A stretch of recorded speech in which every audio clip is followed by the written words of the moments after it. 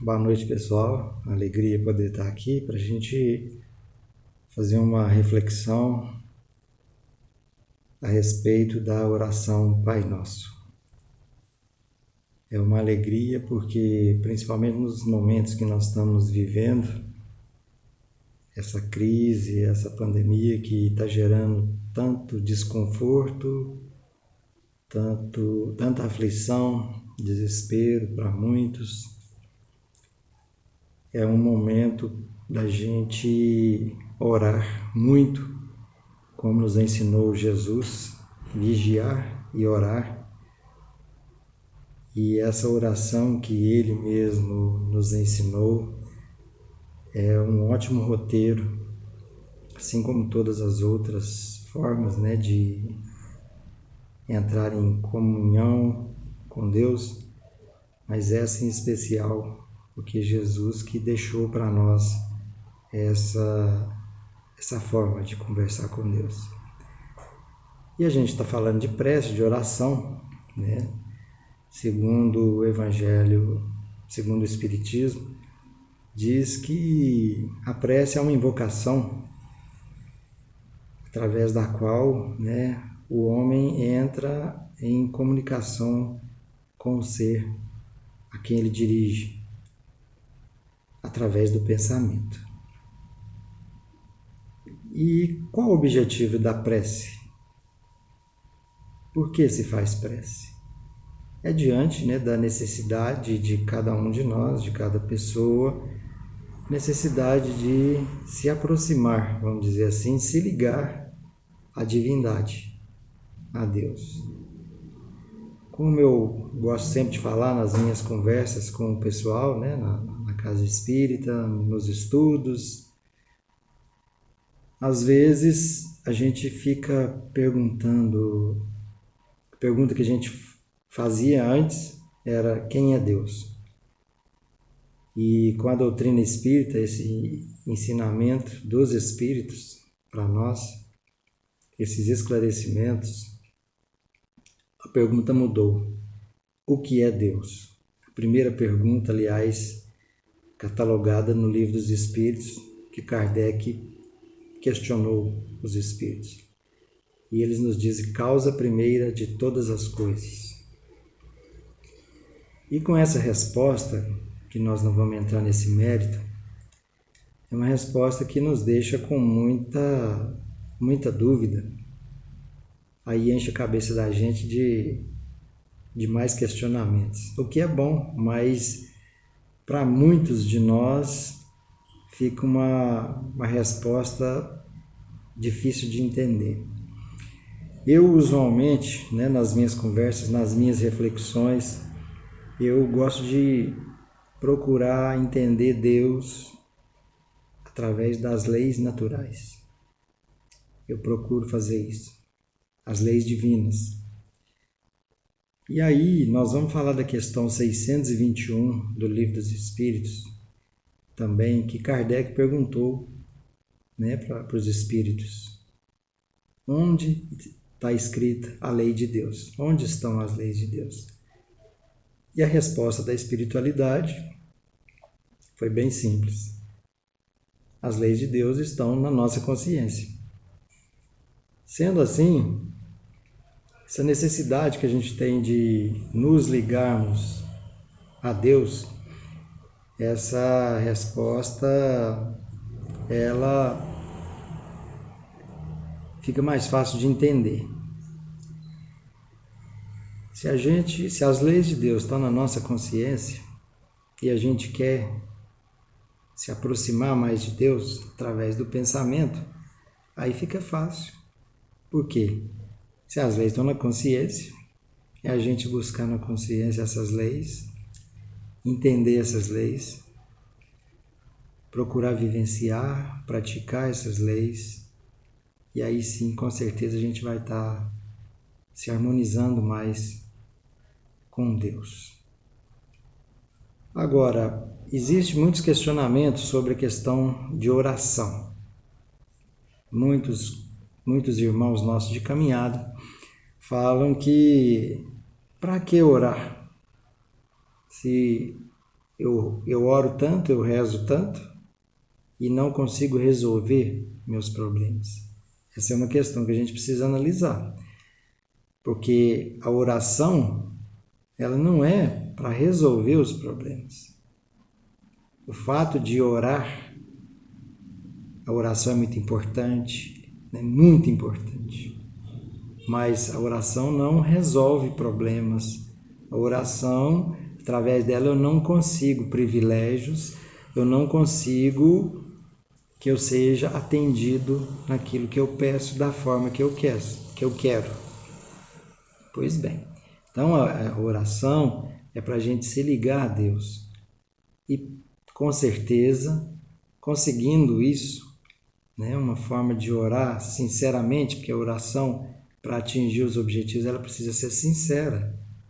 Então, assim, a gente consegue, com certeza, nos harmonizar com Deus e, assim, encontrar maneiras, através de todos os ensinamentos que nós temos, que Jesus nos deixou, e os Espíritos vêm para reviver para nós, né, mostrar para nós a importância desses ensinamentos, sim, resolver as questões que são questões que nós mesmos criamos, situações que nós mesmos nos colocamos. Pois bem, qual o benefício da prece, então? Seria o benefício da prece? Nós, através da oração, pela melhoria do nosso estado vibratório, nós nos colocamos em, vamos dizer assim, em comunicação mais estreita. Nós atraímos para próximo de nós os bons espíritos. Por isso que a prece tem que ser sincera. Porque a afinidade, sintonia, não se consegue com dissimulação, com esse tipo de comportamento. Então a prece tem que ser sincera. Nós vamos atrair bons espíritos para próximos de nós e assim nós vamos conseguir adquirir força moral e com certeza nos fortalecer para que os males, né, as coisas ruins que porventura se aproximem de nós, seja através de várias situações, da presença de algumas pessoas, de alguns encarnados ou desencarnados, no momento de oração e de prece, nós elevamos a nossa vibração e essas situações, essas pessoas, elas não vão ter tanta força para nos atingir, ou não vão ter força e como nos atingir. E nós estaremos mais fortes. Nós vamos passar pelas situações necessárias para o nosso crescimento, para o nosso desenvolvimento, nossa evolução, mas com a prece nós estaremos fortalecidos. Nós estaremos mais serenos, mais tranquilos para isso. Outra questão que nós vamos falar, quando fazer oração? Nos diz os Espíritos lá no Evangelho segundo o Espiritismo, capítulo 27, item 22, as palavras que são usadas. Na nossa volta, a vida ativa de cada dia. Quando os Espíritos respondem assim ou nos falam assim, estão dizendo, quando é a nossa volta à vida ativa de cada dia? Ao acordar. A gente poderia pensar assim, né, que é a nossa vida ativa, porque nós tivemos um período de descanso do corpo físico e o retorno a essa vida ativa para a maioria de nós, né, fazendo um paralelo aí da questão do dia, noite, que a maioria das pessoas trabalha durante o dia, desenvolve suas atividades durante o dia e à noite é o período do descanso do corpo físico. Então eles respondem isso, que é uma hora muito boa, que é quando a gente está com a mente mais tranquila, mais sossegada, também para fazer essa prece, né? Que é muito interessante. E é muito bom iniciar o dia, logicamente, né? Com uma prece, que a prece traz a reflexão, a prece traz uma serenidade, e assim a gente pode passar um dia mais tranquilo, um dia mais centrado, com mais boas energias para, né, vencer mais uma etapa nessa escola que é a nossa reencarnação. Onde, se nós lembrarmos lá do Evangelho de Mateus, capítulo 6, versículo 6, Mateus descreveu para nós que Jesus narrou, né, que quando formos orar, se a gente pensar num lugar para ser feita oração, ele diz lá no Evangelho que é para a gente entrar para o quarto, fechar a porta e orar ao Pai. Logicamente que em todas as palavras de Jesus, a maioria delas, Jesus usava figuras de linguagem. Mas ainda que não seja, vamos pensar no quarto, que a gente, para significar um local mais reservado, um local mais tranquilo, né? Um local que usualmente a gente vai para dormir, para descansar. Então é um local sem equipamentos, né? Principalmente nessa era aí que a gente vive, a era da tecnologia, informática e um monte de situações que nós estamos cercados, né, por muitos dispositivos eletrônicos, dispositivos sonoros, de vídeo. Então, assim, o quarto normalmente é um lugar mais tranquilo. Então, é um lugar para a gente ficar, né, em serenidade, em silêncio e poder fazer essa oração com mais tranquilidade. Mas, como nós vamos falar da oração do Pai Nosso, né? Vocês sabem como foi que surgiu essa questão? Como e onde Jesus ensinou a orar, a rezar o Pai Nosso? Então, num certo momento, né, que Jesus fazia uma oração, um dos discípulos, eles perguntaram: Senhor, ensina para nós como a gente conversar com Deus. Isso, inclusive, está lá citado, narrado no Evangelho de Lucas, né, no capítulo 11, versículo 1. E Jesus falou: quando vocês forem orar, vocês vão orar dessa maneira. E iniciou a oração do Pai Nosso, que nós vamos falar sobre ela, né, as frases, esses contextos, dentro da nossa visão, a nossa simples sim,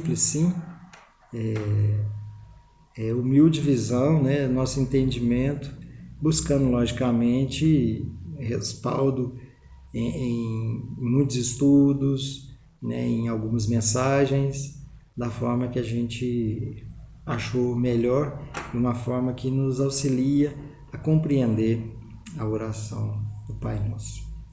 A primeira frase: Pai Nosso, que estais nos céus, santificado seja o seu nome.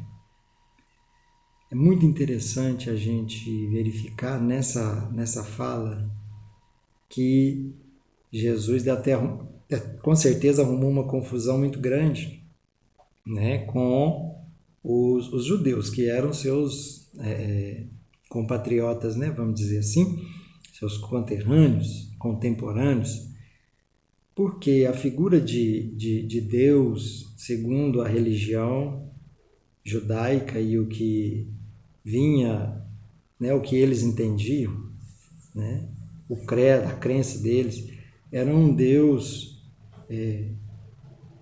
que punia, que castigava, era um Deus para se temer,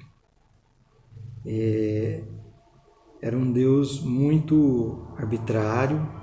Era essa a crença e os costumes. Então, imagino que Jesus deve ter arrumado uma confusão, né? Imagino, não tenho certeza que ele arrumou uma confusão, tanto é que ele foi crucificado, né? Porque as autoridades não aceitariam alguém chegar de repente e falar, como ele falou, Pai Nosso. E disso a gente pode entender, refletir sobre muita coisa.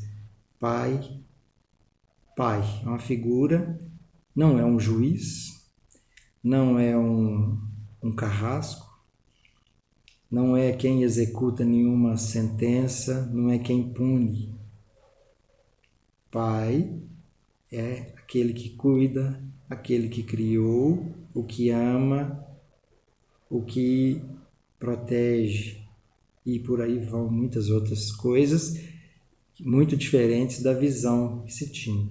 Mas Jesus falou Pai, e ele falou Pai Nosso. Ele não disse meu Pai, ele falou Pai Nosso, Pai de todos nós, mostrando para nós que todos estamos na mesma situação. Nós fomos criados pelo mesmo Pai, da mesma forma, da mesma maneira, com o mesmo objetivo, não é? Que é o de evoluir, o de alcançar a perfeição por nós, conquistar a perfeição. Mas principalmente, Jesus falou que nós somos irmãos, e é o que nós somos. Então, principalmente nesses momentos que a gente vem passando de dificuldades, e não só por isso, por essa dificuldade momentânea, mas pela história da humanidade, infelizmente, nós nos comportamos muito em relação aos outros, não como irmãos. Comportamos de qualquer maneira, mas não como irmãos. Mas aqui, irmãos, como Jesus, em muitas passagens, em muitas coisas, nos ensinou a gente se amar. Amai-vos uns aos outros como eu vos amei, como eu vos amo. E aí, quando a gente vai fazer essa oração, que na maioria das vezes a gente faz de uma forma muito mecânica, muito automática, infelizmente a gente não analisa nada do que está repetindo, do que está falando. Tem efeito? Tem. Tem o mérito? Tem sim. Mas que a gente consiga fazer isso também analisando. Essa questão da nossa irmandade, da necessidade de uns cuidar dos outros. Até por questão de inteligência, raciocínio, nós estamos no mesmo barco, cada um numa situação diferente, num momento diferente, mas nós estamos juntos. E esse momento agora, dessa pandemia, principalmente, né, que está assim, está fazendo, ajudando com que todos nós entendamos essa situação. Para a gente parar de ser egoísta, para a gente parar de ser individualista e realmente entender que nós todos estamos na mesma situação. Tanto é que agora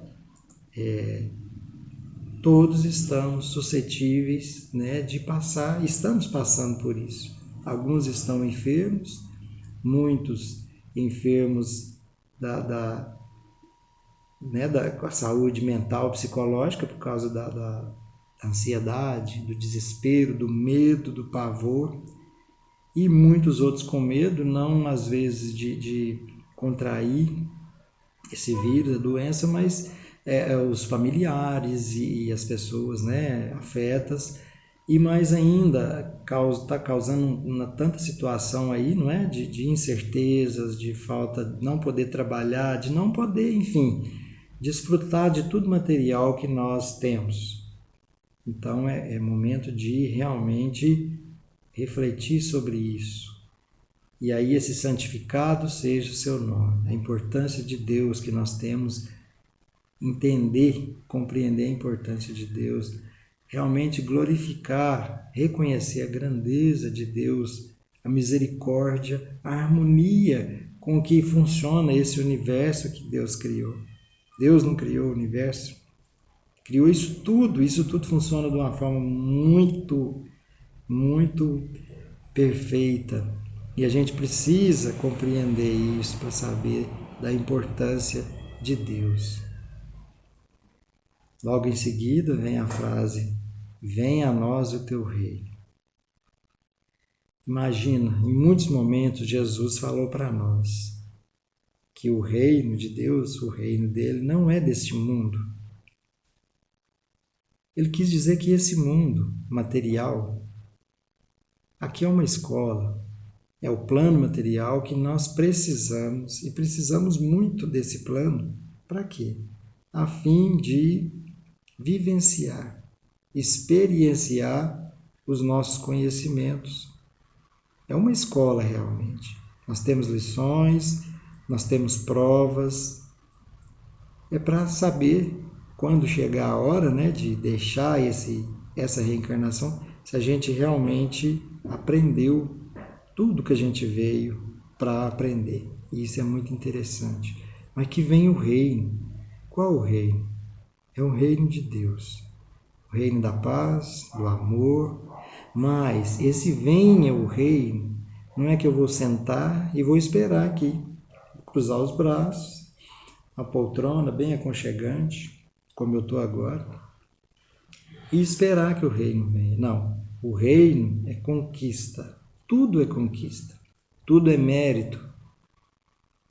Não foi assim que falou Paulo? A cada um segundo a sua obra. Jesus nos ensinou assim e vários outros nos falaram sobre isso. A cada um segundo a sua obra. E isso é muito importante, que a gente conquiste. Então, quando a gente reza assim, nós estamos pedindo, meu Deus, me dê forças, me dê coragem, me fortaleça, me proteja, para que eu consiga entender a importância de conquistar o direito, né, de estar no teu reino, né, conquistar a paz, conquistar a felicidade. Lógico que aos poucos nós vamos evoluir. Não existe saltos assim, porque nós não conseguimos isso e não é proveitoso. Mas nós temos que nos esforçar. E o reino de Deus que a gente está pedindo para vir, na verdade, nós vamos buscar esse reino através das nossas ações, nossos pensamentos e da forma com que nós lidamos com os nossos irmãos. Seja feita a sua vontade, aqui na terra como nos céus. Seja feita a vontade, Senhor. A gente está dizendo que não seja feita a minha vontade, a vontade de Deus. Porque Deus sabe o que nós necessitamos. Deus, através, né, dos espíritos superiores, aqueles que estão nos tutelando, né, a humanidade e todos os planetas, eles são, lógico, prepostos de Deus.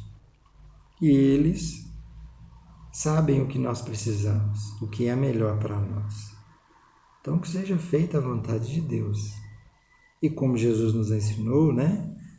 Que Deus quer que nós nos amemos, que nós nos auxiliemos, que nós sejamos um para o outro o apoio, o reforço, a referência, e que eu possa, né, conseguir subir nessa escada, um degrau, né, nessa escada da evolução, através dos meus méritos, e que eu consiga não me comprometer ainda mais com a minha consciência, que é onde estão as leis demais, através da minha reforma íntima, construir a minha caminhada de forma mais proveitosa.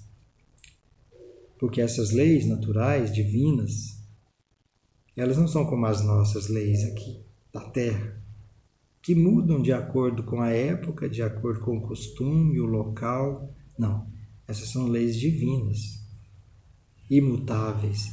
E nós precisamos estar em harmonia com essas leis. Se nós não tivermos em harmonia com as leis, logicamente, se essas leis estão na nossa consciência, nós não vamos estar em paz com a consciência. E nós automaticamente vamos saber que nós não estamos bem. Não precisa que ninguém fale isso para a gente. Se as leis estão na nossa consciência, é lá que a gente vai, né? A gente pode enganar todos, mas nós não conseguimos enganar a nossa consciência, né? E quando nós agimos contrariamente a essas leis, nós ficamos em débito com essas leis. Lembra lá, enquanto não pagar o último ceitil, não sairá da prisão. É a prisão de nós mesmos, dos nossos débitos com a nossa consciência. Então, a gente precisa pedir a Deus para ser feita a vontade dele, mas nós precisamos trabalhar para isso. Mas que Deus nos ajude. Nós estamos orando, então a oração ela pode ser feita para louvar, para pedir e para agradecer. No nosso estado evolutivo, nós pedimos muito, louvamos pouco e quase não agradecemos. Mas nós estamos fazendo oração. E se ela é sincera, né? Com certeza nós vamos alcançar muita coisa com isso.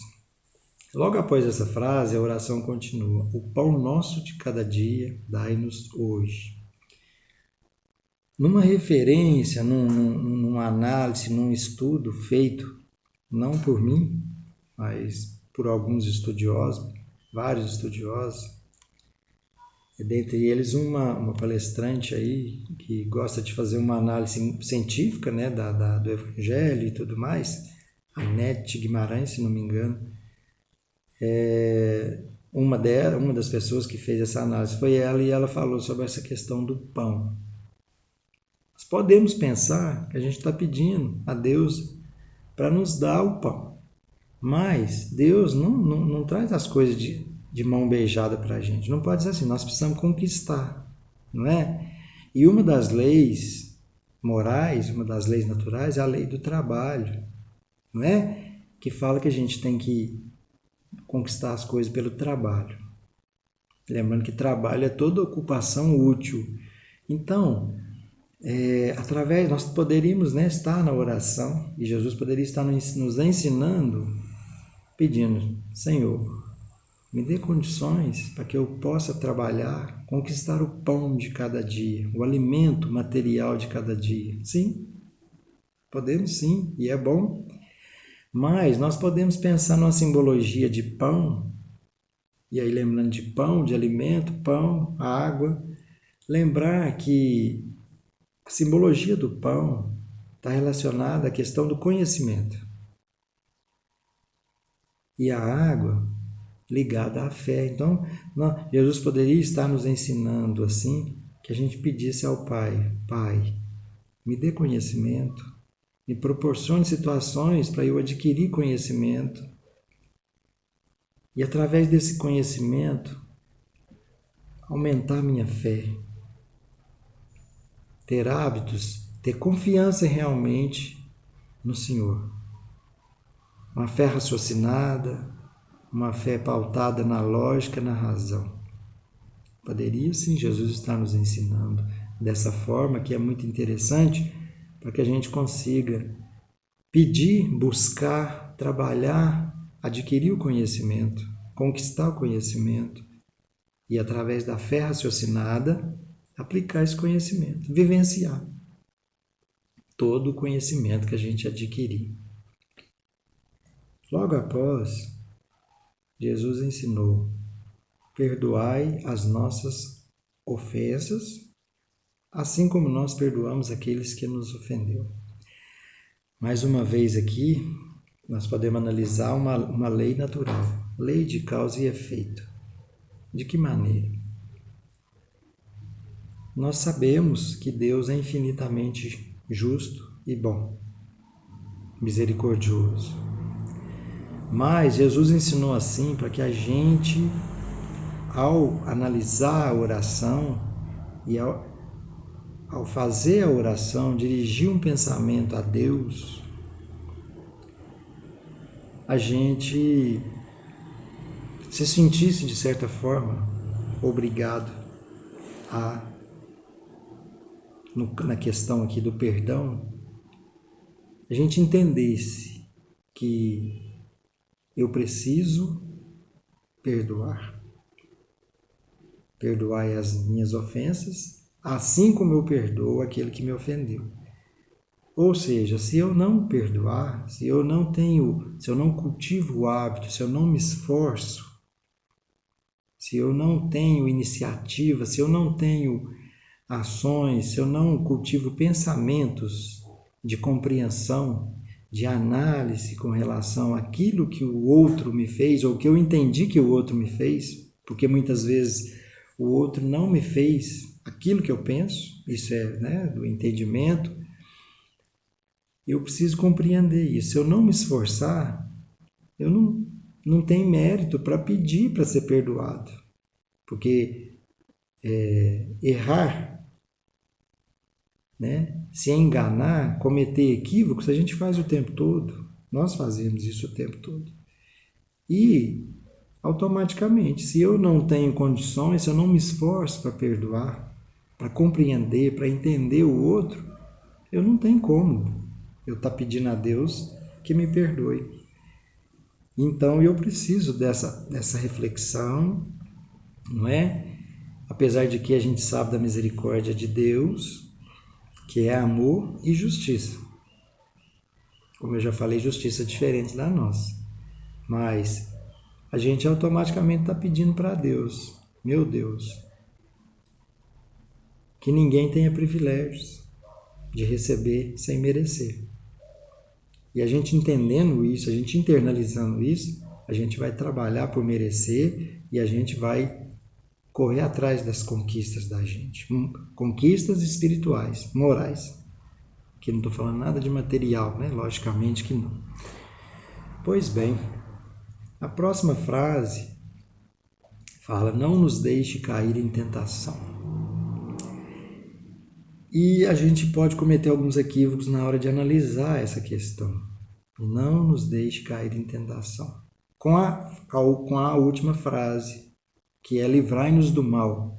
E aí a gente muitas vezes, ou às vezes até faz a oração de forma diferente e fala: oh meu Deus, não me deixe cair nas coisas ruins. Não, mas Jesus não ia ensinar uma oração usando duas frases repetitivas.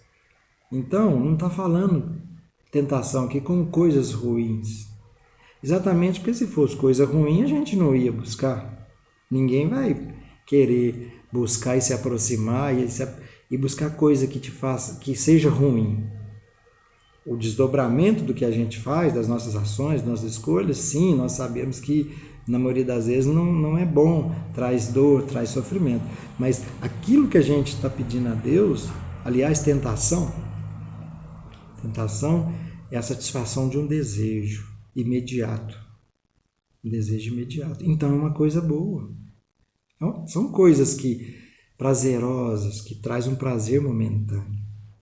E Jesus, nessa hora, ele estava ensinando a gente a pedir a Deus que nos ajudasse a ter mais controle emocional, controlar nossos impulsos de querer fazer e aquilo que vem dos desejos, aquilo que a gente deseja, a gente quer fazer, não mede consequência nenhuma e faz.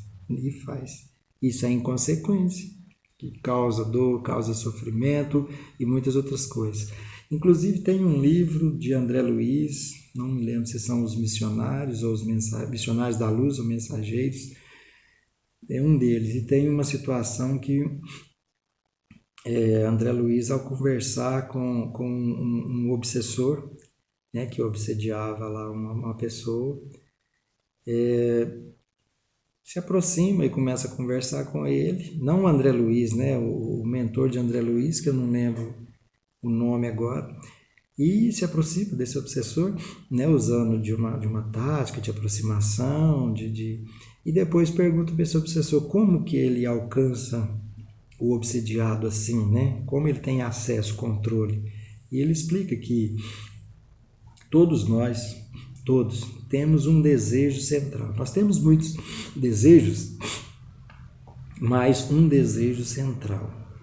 E que é o desejo central da vida de todo mundo, de todos nós.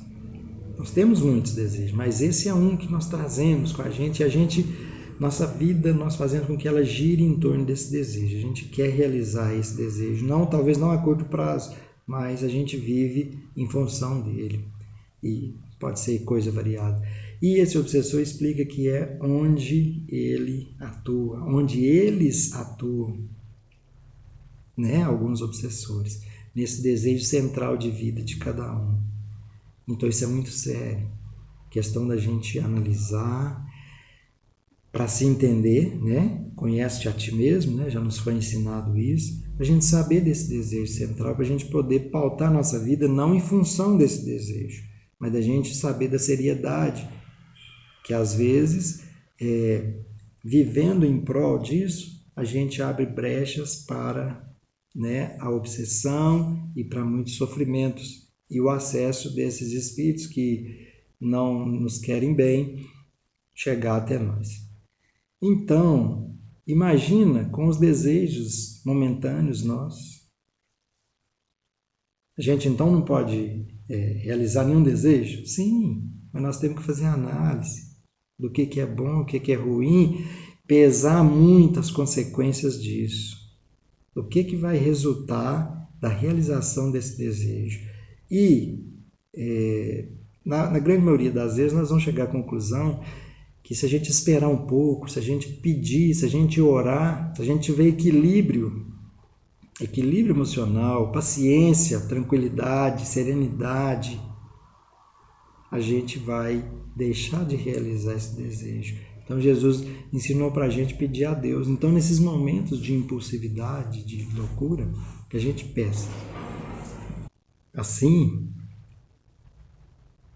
como Jesus nos ensinou, e eu penso assim, depois que eu buscar todos os meios para me equilibrar, todos os meios para ter bons hábitos, bons pensamentos, fazer o outro ao outro, o que eu gostaria que me fizesse, se ainda assim eu continuar vulnerável com essas tendências, esses desejos que me assaltam assim, me ajude, Senhor. E essa deve ser a forma que a gente deve pedir a Deus, nessa frase.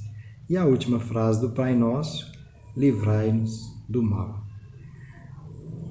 Deus, me proteja do mal que há em mim, me proteja dos irmãos que não conseguem me perdoar, dos irmãos que, com os meus atos no passado, nas outras oportunidades de reencarnação, eu tenha levado esses irmãos a cometer desatinos, a se comprometer com a consciência e com as leis naturais, e que esses irmãos que hoje possam não acreditar que eu estou com uma proposta diferente, que eu esteja melhor, Senhor. Sim, me proteja desses irmãos. Me proteja da ira, do ódio, da mágoa, que eu mesmo causei, ou que eu contribuí muito para acontecer. Mas me proteja, Pai, de tudo isso, porque vós é que tem o poder, a glória para sempre. Então, que bom que Jesus nos ensinou essa oração. É uma oração que a gente pode rezar sempre, mas com essa análise, depois de ter esse conhecimento. E o mais interessante, quando a gente faz essa leitura, quando a gente faz essas reflexões e busca esse entendimento, é natural que a gente, quando vai fazer oração, dá aquela paradinha, fala, mas é muita responsabilidade isso tudo. Isso tudo que eu vou conversar com Deus, eu não posso simplesmente conversar. Eu tenho que me propor a fazer isso tudo. Eu peço ajuda, mas eu tenho que me propor. Eu tenho que me candidatar a essa ajuda com as minhas ações, com o meu esforço, a minha dedicação, para eu poder fazer jus também a receber isso. E aquela frase, ajuda-te que o céu te ajudará, ela é muito interessante nesse contexto aqui, mas não para a gente pensar que, como eu falei no início, o que eu pedi, eu vou conseguir simplesmente porque estou pedindo sincero. Já imaginou? Nós, milhares, milhões de seres criados por Deus, e se todos forem pedir e querer ser atendido na sua vontade, principalmente nós que ainda somos muito egoístas, Mas com certeza nós vamos receber aquilo que a gente precisa, aquilo que a gente necessita e aquilo que a gente já conquistou com merecimento.